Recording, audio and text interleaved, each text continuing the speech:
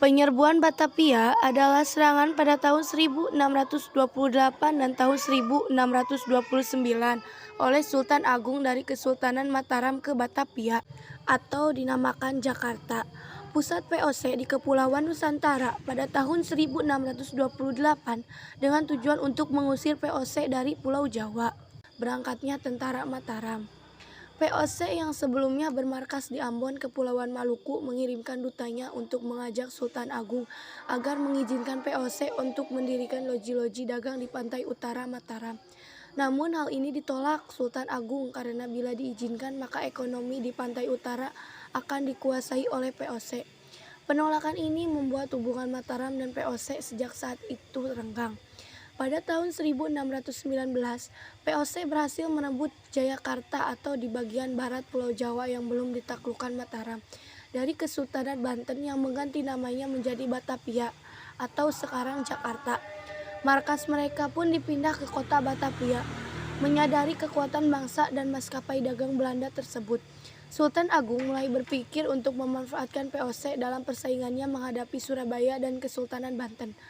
Sasaran Mataram berikutnya setelah Surabaya jatuh adalah Banten yang ada di ujung barat Pulau Jawa.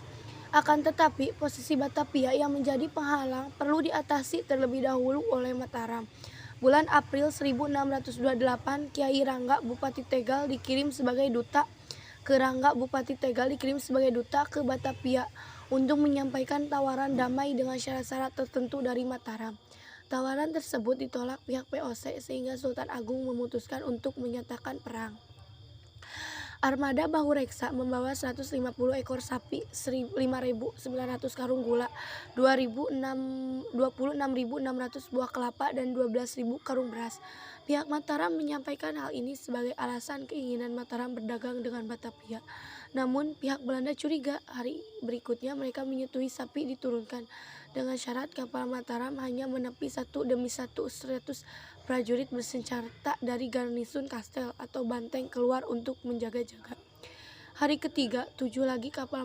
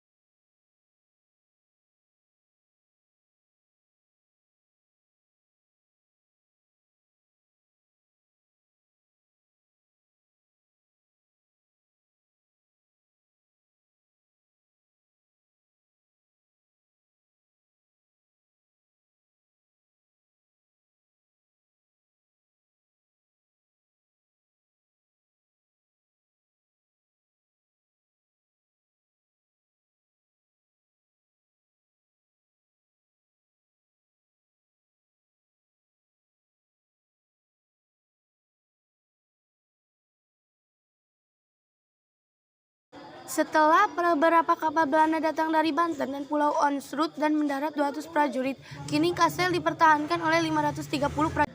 Pasukan kedua 3 bulan Oktober dipimpin Pangeran Madurareja atau cucu Ki Juru Martani. Total semuanya adalah 10.000 prajurit. Perang besar terjadi di Benteng Hollandia. Pasukan Mataram mengalami kehancuran karena kurang perbekalan. Menanggapi kekalahan ini, Sultan Agung bertindak tegas pada bulan Desember 1628. Ia mengirim Algojo untuk menghukum mati Tumenggung Bahu Reksa dan prajurit. Pasukan kedua tiba bulan Oktober dipimpin Pangeran Madureja atau cucu Ki Juru Martani. Total semuanya adalah 10.000 prajurit. Perang besar terjadi di Benteng Hollandia. Pasukan Mataram mengalami kehancuran karena kurang pembekalan. Menangani kekalahan ini, Sultan Agung bertindak tegas pada bulan Desember 1628. Ia mengirim Algojo untuk menghukum mati Tumenggung, Bahureksa, dan Pangeran Madureza. Pihak VOC menemukan 744 mayat orang Jawa berserakan dan sebagian tanpa kepala. Sultan Agung kembali menyerang Batavia kedua kalinya pada tahun berikutnya. Pasukan pertama dipimpin Adipati Ukur berangkat pada bulan Mei 1629, sedangkan pasukan kedua dipimpin Adipati Juminah berangkat bulan Juni. Total semuanya 14.000 orang prajurit.